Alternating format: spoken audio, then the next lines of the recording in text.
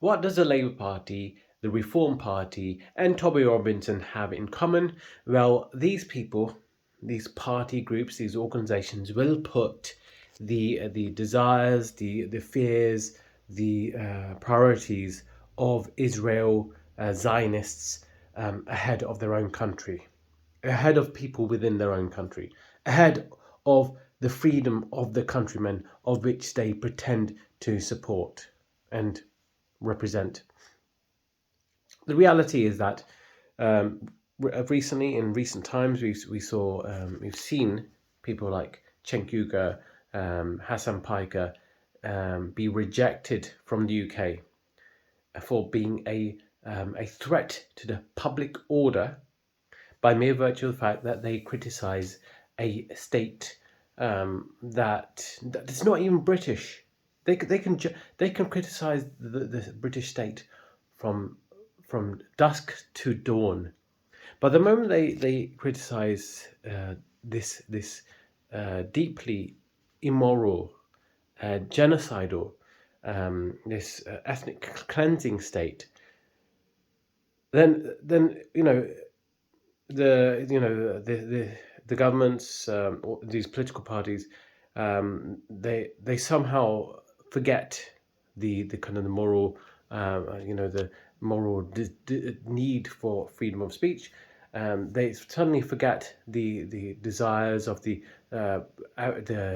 public. They suddenly forget that democracy is decided by the people. It's not decided by authoritarian at the top.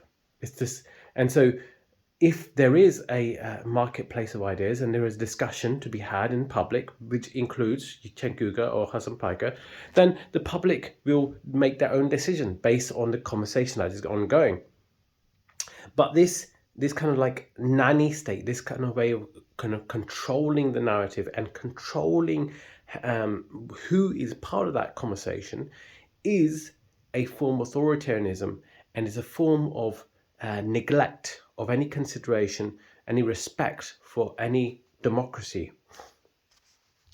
And this is not the only kind of harmful and destructive news in recent times. However, some of us who've been watching the internet, kind of the drama, and somehow know a bit of a dramasphere. We know about people like Ethan Klein. These people who've risen to popularity based on kind of their own entertainment, their own channels. But it turns out that these people are, even though they like to purport themselves or represent themselves in a way that is kind of a liberal and progressive. When you peel under the surface, these people are racists. These people, unfortunately, seem to be, have Islamic phobic or racist against Palestinian bent. And this is again, this is a representation, and this is a kind of a symptom of an issue of supporting as the state of an ethnic state, ethnic cleansing state, genocidal state. Because the moment you become or you start looking at the world through anti-racist lens, is the moment you walk away from any kind of ethnocentric ideology like Zionism. But the people who stick with Zionism, they have to hold within their ideology some form of racism, some form of resentment, some form of irrational thought that they would not apply to whatever they consider the other in or the threat in this circumstance, which is the Palestinians. They wouldn't apply that in another situation. Let's say the slave revolt, for example, people who are fighting on behalf of the enslaved, people are supporting the enslaved.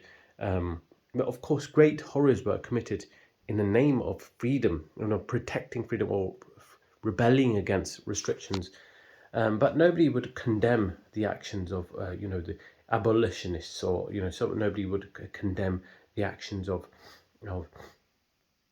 freedom fighters in some way. But in this circumstance, even though I don't, obviously condone any of the actions been done, or I won't condemn all the actions or condone all the actions being done in the name of freeing Palestine. At the same time, simply, taking a stance which is pro-human rights is ultimately pro-Palestinian, because Palestinians are human beings and they've not been treated as such from the inception of this ethnic cleansing genocidal state. So it therefore follows that if you have to kind of have this cognitive dissonance where you have to accept this ethnic cleansing, ethnocentric state, you have to have an element of racism built into your ideology, built into your arguments in order to justify it. There is no other way to do so. And so when recently, and this is excellent news, Ethan Klein, or Ethan D. Klein, which is more apt, considering his fall from grace, the fact that he's losing subscribers.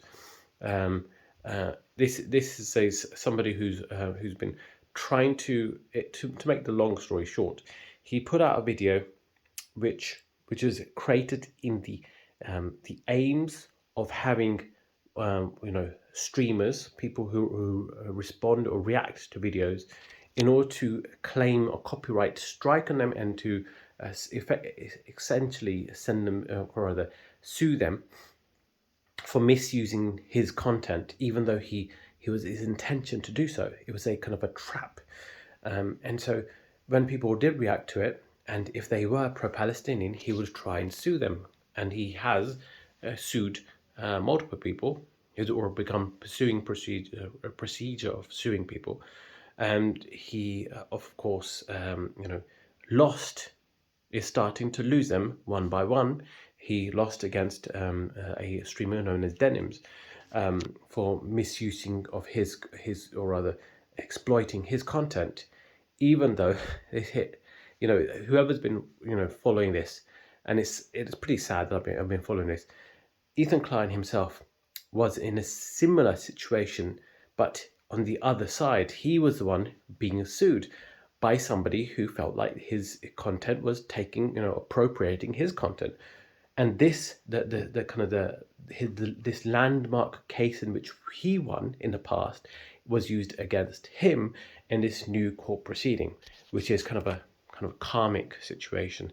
If you become the hero, you might find yourself living long enough to find yourself the hero or villain, whatever that line goes like. Essentially, Ethan Klein is no longer following the free speech principles that he purported to believed in the past. And it just goes to show, how somebody calls this the Israel mindset, this kind of the belligerence, the audacity of, or of just simply thinking that, the world should eat off your own hands, and to, be offended by everything, ashamed of nothing. This constant desire to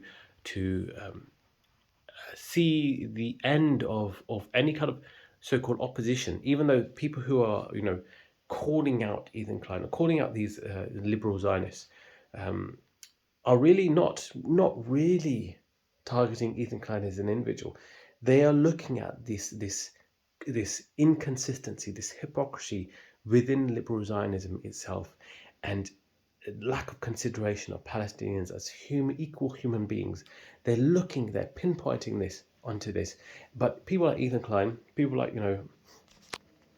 or whatever, Destiny, these bottom of the trash heap pile, these people who are perhaps they might be, quite talented at speaking, they might be confident, and they showcase and project a form of confidence. They have no real rational understanding of reality. These people are morally erosive, and these people are corrosive rather, and these people should not have in a rational world, these people would not have a huge following. Only that these people are filling a gap created by a corrupt system, corrupt fascistic right wing. You've got a corrupt centrist kind of government. Of course, often people like Ethan Klein and Destiny, because these people are without any morals, they often side with the centrists who are very much in favor of power. They seek power. They are careerists, but they can play both sides. Talk out both sides of their mouth, and they, you can't really pinpoint exactly what they're going to be thinking about a certain topic. They'll be following whatever the polls say, instead of, and which the polls are downstream of whatever cultural wars are being discussed at that moment in time. And so they essentially, centrists are really just following the crowd, essentially, and they're not necessarily following what is moral, ethical, what is justice based. They're not being consistent with what they consider themselves to be, moral and principled arguments. Anyways, there's more to be said in the future, more to be said in regarding this topic. I'll be discussing more of this in my future videos. Please like, comment, and subscribe. That'll be very much appreciated. Thank you.